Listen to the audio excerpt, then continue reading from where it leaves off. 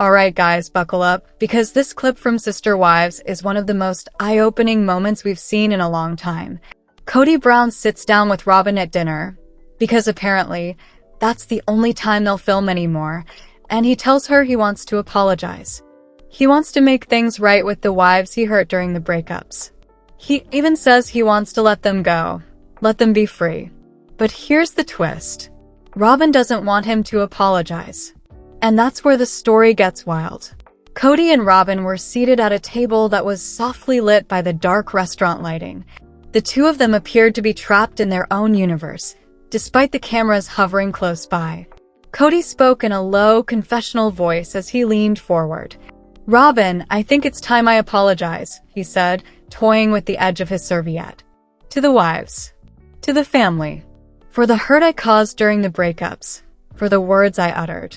It is my desire to improve the situation and to release them." The words lingered in the air for a time, seemingly brittle, as though they may break at the wrong answer.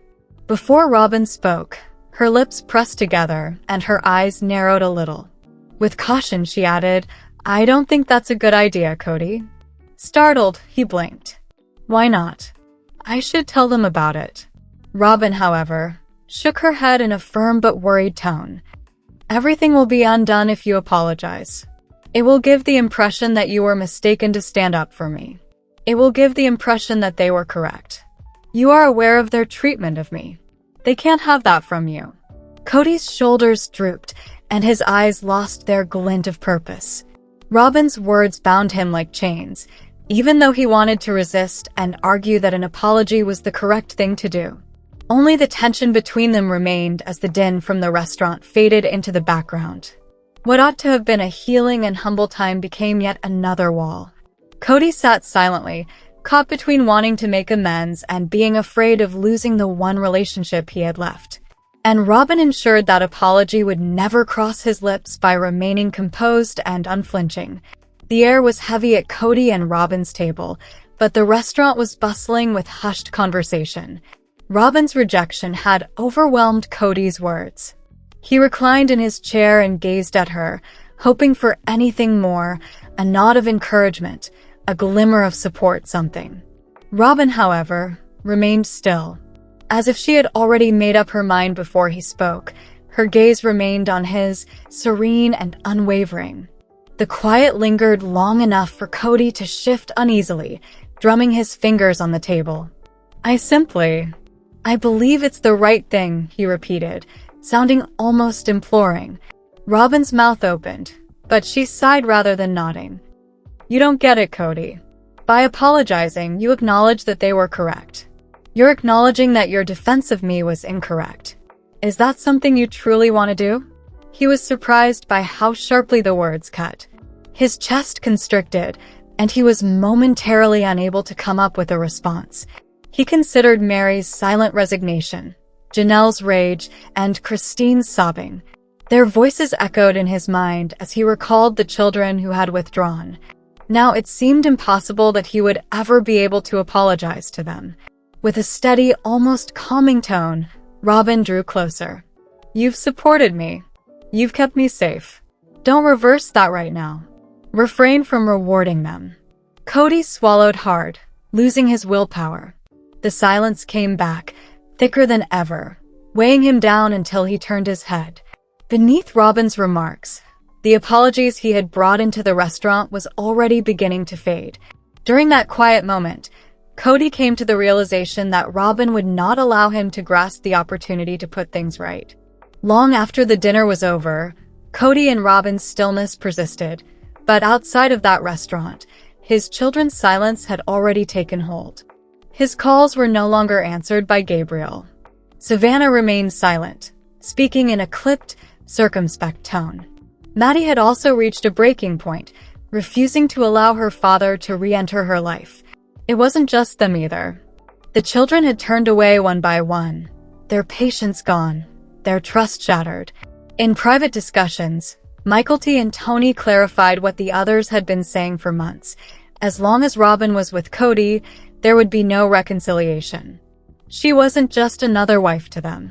Their father had been turned against his own family by her, the manipulator, and wedge. They recalled how Kody had favored her above them and stood up for her when they demanded justice. They recalled how she fabricated tales, portraying herself as the victim and them as the bad guys. They also recalled their father's instant belief in her. The decision was obvious to the kids. As Robyn stood next to him, whispering in his ear and tugging the strings they could all see, but he refused to cut. They refused to come back. They refused to forgive. And they refused to let him in. The distance increased as a result. Kody drew closer to the one person who had forced the children to leave, but the children remained silent, their rejection unwavering. The noise within Kody's head was loud, even if the place was calm. He relived the dinner conversation with Robyn, her words resonating over the murmur of voices and the clinking of glasses. Another voice inside him, the one that had always yearned for control, whispered otherwise, despite his want to think he was correct and that his natural desire to apologize was admirable. Being the center of attention, the person whose word mattered, and the one who thought his idea of family was the only one that mattered were all things Kody had built his life around. He flourished on being wanted and obeyed, and his pride erupted when that obedience wavered. The kids had witnessed it. They had seen him distort their words till they sounded like rebellion, brush off their pain, and deny their sentiments. They saw their father as self-centered, immature, and unable to take responsibility in addition to being obstinate. Nevertheless, Kody held on to the notion that he was the patriarch, the leader, and the one who had made the sacrifices for them all even as they withdrew. The idea of being proven wrong and imperfect was too much for him to handle. He was cut off from everyone he had loved yet protected from the truth by his armor-like ego. Robyn was aware of this. Leaning into it, she bolstered his pride by telling him that he had stood up for her and resisted the spouses and kids who questioned her. And Kody let her words to ease the pain of rejection because he was desperate to think he was still in charge. But there were fissures developing behind that armor. His ego had held him upright, but it was also the cause of his family's gradual disappearance, leaving him with only Robyn's unwavering hold on his heart and quiet. Arguments between Kody and Robyn were more significant than the innumerable arguments that had been heard within the confines of the Brown home. Robyn's voice would intensify whenever the topic of reconciliation came up, whether it was with the wives or the kids. Her words would pierce the atmosphere like a razor. She would remark in a calm but steely tone, "If that's what you want to do, then fine. I won't stay though. Kody, I'm going to leave you. I'll take it everything." Everything. Every interaction was clouded by the threat. In an instant, Kody's confidence would crumble and his face would turn pale. Mary, Janelle, and Christine had already gone. He was frightened of losing Robyn, the final surviving wife. He gave in as a result. Each and every time, the kids witnessed it. They were aware that their father's quiet sprang from fear rather than knowledge. Every time he attempted to move forward, Robyn's demands served as the leash that held him in place. Furthermore, Kody wasn't the leader, the patriarch, or the man who had previously claimed to be a family leader during those times. He was just a spouse who was determined to maintain the one remaining relationship, even if it meant forgoing the opportunity to mend the damage he had inflicted. Robyn was aware of the impact her remarks had. She used them sparingly and always just when Kody's conscience was about to rise. She made sure that reconciliation would remain a pipe dream by tightening her hold with every threat. The Brown family's financial disputes were never straightforward. They began as whispers, subdued inquiries concerning justice, who was taking more than their fair share, and who was contributing. However, those murmurs kept getting louder until they turned into storms that rocked the home. The discussion veered whenever the spouses or kids attempted to question Kody about money. Robyn was in the middle of what started out as an appeal for openness, her eyes welling with prepared tears and her voice shaking. She would add, in a frail voice, "They're attacking me," as if she were the victim. "They have no idea what I have given up. They are blind to my efforts." Kody would run to her side, already on the defense. He would yell at the others, calling them nasty and disrespectful to the woman he had chosen to defend. His rage would engulf the spouse's frustration, causing them to go silent. As their trust continued to erode, the kids would withdraw. And knowing that the story had changed, Robyn would relax after the storm had passed. She was no longer under investigation. Instead, she was the victim, protected by Kody's allegiance. Answers to the money battles were never found. They were divided at the end. Every time the family's divisions became more pronounced, Robyn's position became increasingly apparent each time. She wasn't resolving the conflict. Kody stood steadfastly by her side, oblivious to the reality, while she shaped and bent it to suit her needs. The pattern was now nearly practiced and predictable. Robyn's voice would rise, firm yet calm, bearing the same warning every time Kody's conscience awoke and he considered contacting the spouses or the kids. "You're picking them over me if you do that," she would remark, her eyes unwavering. "Additionally, I'll leave if that's your decision.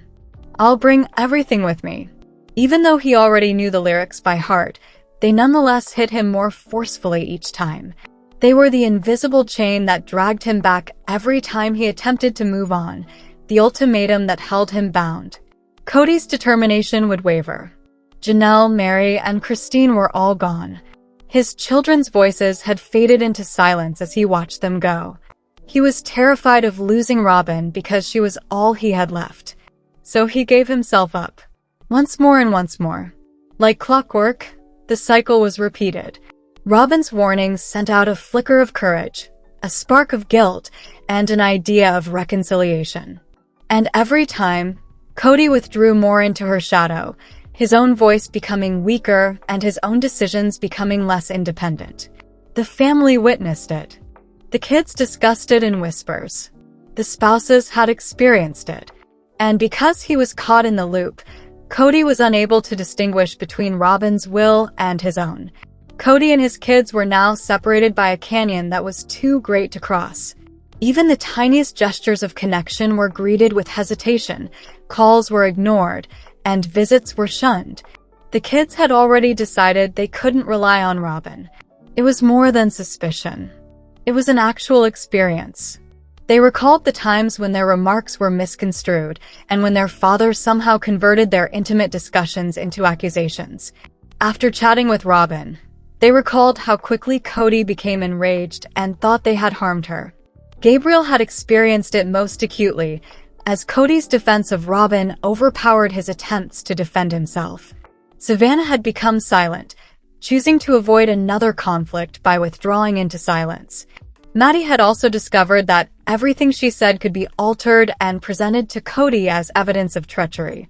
Robyn was not a confidant, a stepmother, or someone they could rely on in their opinion. She was the obstacle that prevented them from reconciling with their father. They perceived her motivations as multifaceted, concealed behind gentle words and cautious tears.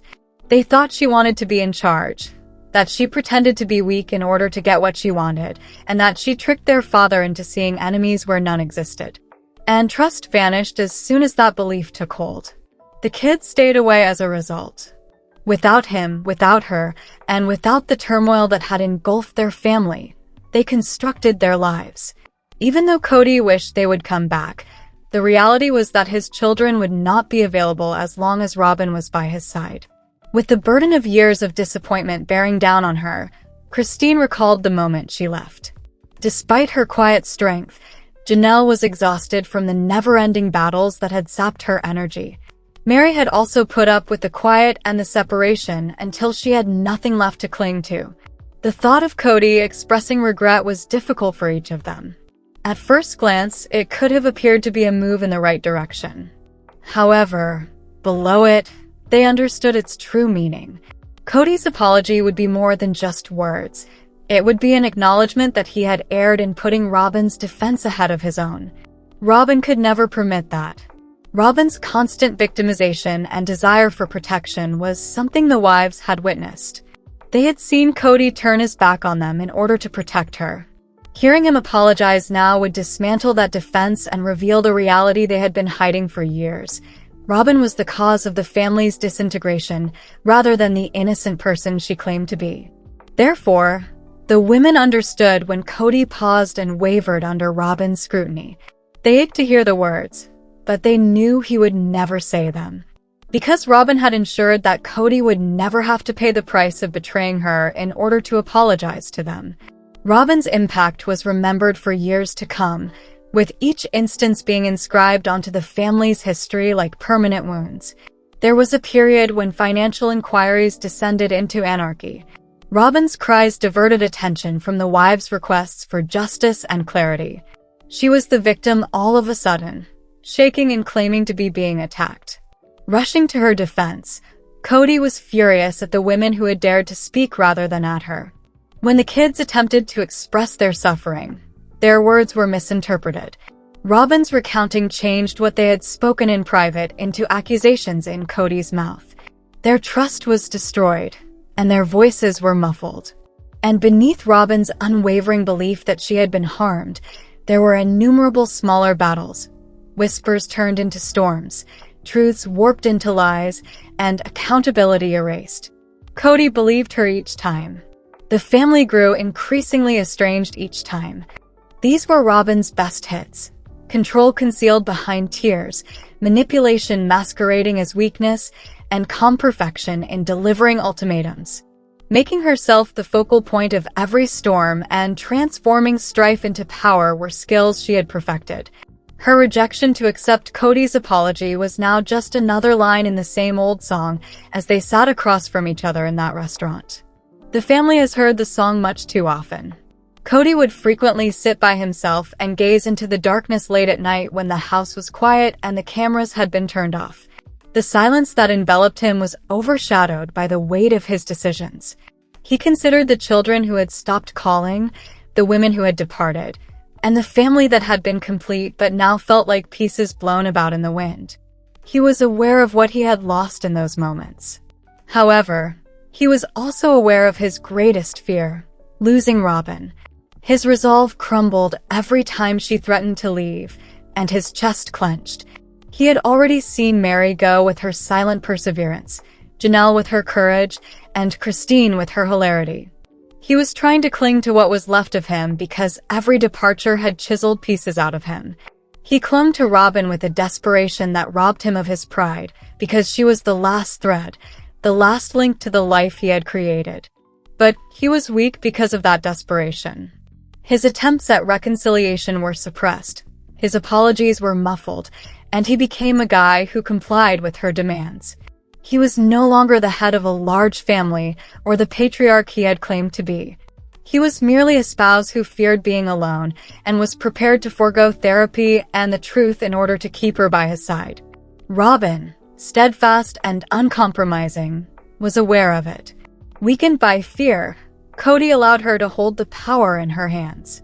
Under the weight of Robyn's condemnation, the idea of apologizing flickered in Kody's head like a delicate flame.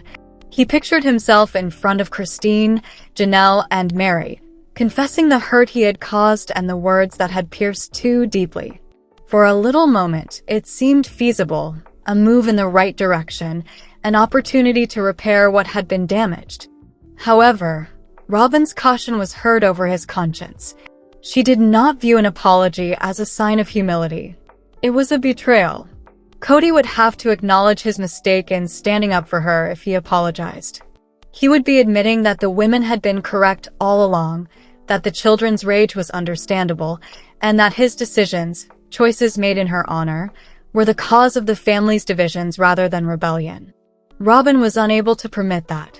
She reminded him of the price, her tone unflinching, her gaze firm. "You're abandoning me if you apologize," she said. "You choose them instead of us."